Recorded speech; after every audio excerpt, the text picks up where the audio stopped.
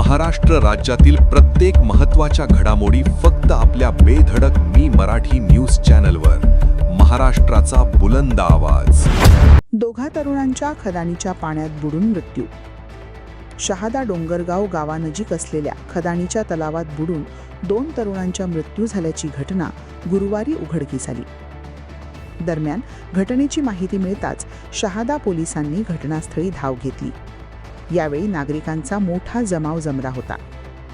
मृतदेह खदानीच्या पाण्यातून बाहेर काढत शवविच्छेदनासाठी ग्रामीण रुग्णालयात आणण्यात आले.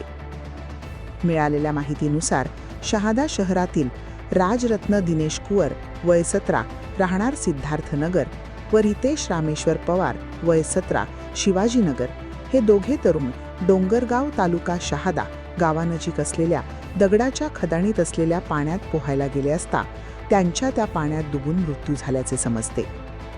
यावेळी मृत्यू नेमका कधी झाला हे समजू शकले नाही.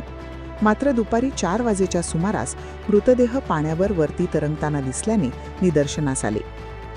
घटनेची माहिती मिळताच शहादा पोलीस ठाण्याचे पोलीस निरीक्षक हेमंत कुमार पाटील फौज फाट्यासह घटनास्थळी दाखल झाले. तोपर्यंत मोठ्या प्रमाणावर जमाव जमला होता.